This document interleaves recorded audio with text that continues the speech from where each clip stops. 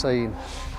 And obviously it's a man-made wood, so all the trees in line, and the sun is coming straight in between one section and creating these lovely rays of light. So I've gone to f22 to get that sparkle and the sunburst. Yeah, f22, and it's given me about a 5-second exposure. I'm at ISO 50, I think. But I'm going to work it a bit more and see. Might go down to f11 and change the settings and then see which one I prefer. And but as the sun's bursting through, it looks amazing. And then at the end of the tunnel, if you like, the tree at the end is a different type of tree, and it's just getting a bit of backlight, so it looks superb. Okay, let's see if I can get some more images of this. What I'll do is just come out to the direct sunlight, which I'm in it at the moment, so just need to move just a little bit direct.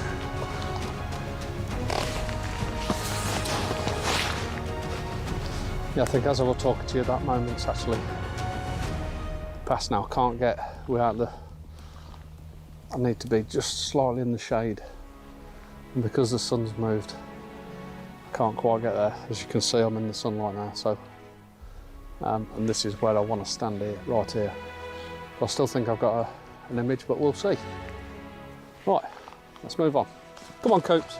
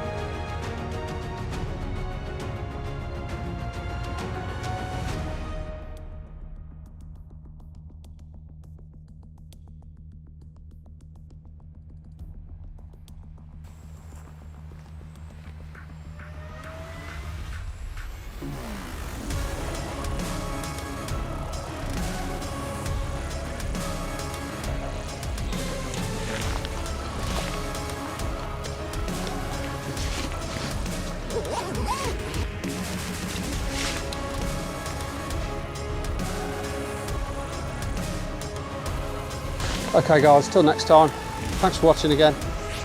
Hope you enjoyed it, and I'll see you guys soon.